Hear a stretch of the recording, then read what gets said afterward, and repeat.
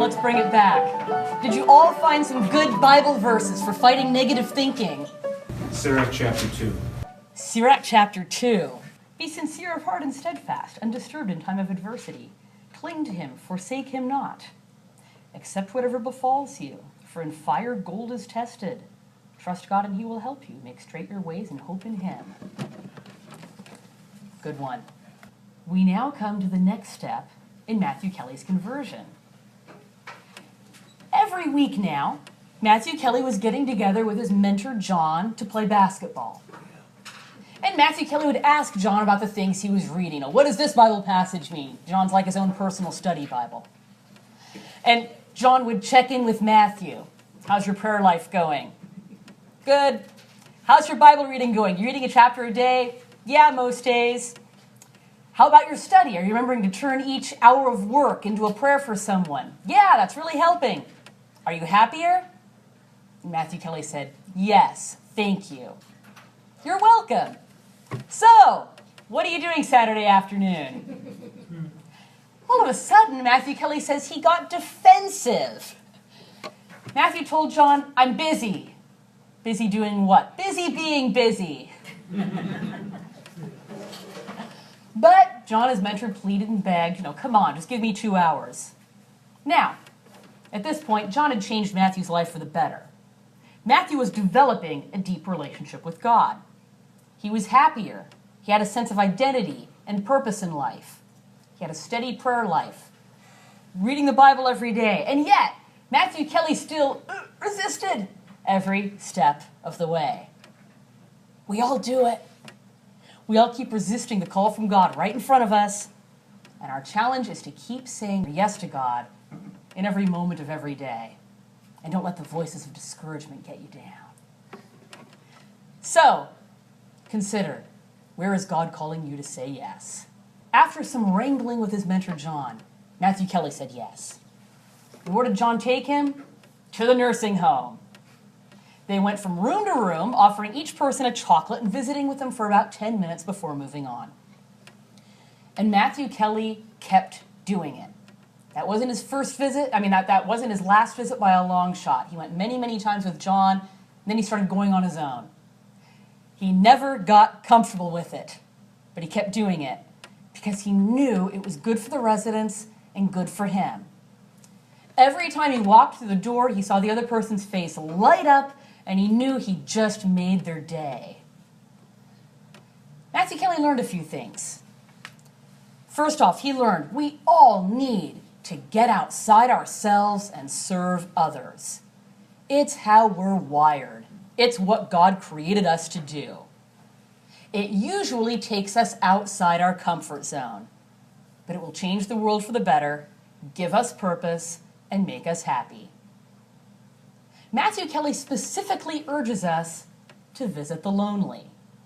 The loneliness he witnessed in the nursing homes, he said, seemed borderline inhumane. We can be an answer to someone's prayers. We can relieve their loneliness. He kept going back to the nursing homes because he knew God was at work. He knew he was bringing joy to others, that he was a vessel of Christ, and he got hooked. He knew he was making a difference in the world, and his heart began to open up wide. As we draw close to God, God helps us to love people that we might not obviously connect with at first glance. Complete strangers. People we have nothing in common with. People we might normally be tempted to avoid. The spiritual books call it seeing Christ in everyone. We may never get comfortable with strangers or walking into their rooms, but we do start to love people better and love people that we may never have noticed or spent any time on before. Who do we know that's lonely and needy that we might be tempted to step back from? This book urges us to resist the temptation to step back. Visit the lonely, make their world brighter, and keep your heart open wide. I lived in front of Walmart, Walmart Market. And sometimes you get out of the car and these homeless guys start approaching you. you know. And I just like had enough. I'm tired of going to the grocery store and getting harassed. Right. And this guy was wearing a veterans camp, you know, and I'm a vet. So I started chewing him out. I says, what are you doing this for? You don't need to do this. You know, because Vietnam vets, we go around and pick up people. So there's places you can get help. You don't have to be begging with your hand out. You know? Didn't you understand that? Right. I can tell you where to go, you know, and I went on, and he goes, yeah, no, I'm sorry, you know. And then he started giving me his story about his daughter kicking him out of the house, and he had this other problem and everything. And I says, well, you know, brother, says you need to, you know, I gave him a card, you know, where he could call to get help. And I says, I'm sorry for, you know, jumping on you like that. He says, no, he says, he says, I appreciate you stopping to talk to me. And I was chewing them out. So, I mean, you know, if you're that lonely that you know, you can even take a little bit of abuse for someone. But I just, Yeah, I mean, it's just frustrating me to see him suffer needlessly. Yeah, I mean, you stopped to chew him out, but you also stopped to help him. You actually engaged him. I didn't like the fact that he was. Did you give him a handout? No.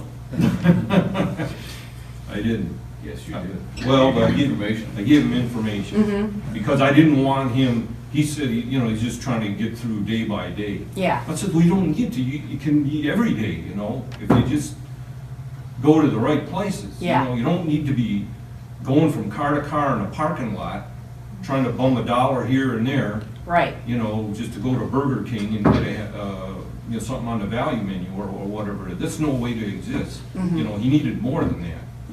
So I felt really bad about it when I went home. But then I went online and contacted my chapter president and told him about this because they go around looking for these guys Yeah.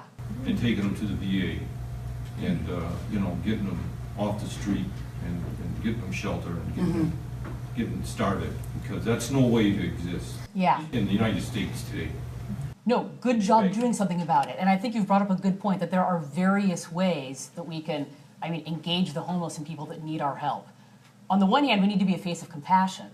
On the other hand, we can also, I mean, get them material help, try and lead them to resources that can help them. There are lots of things we can do.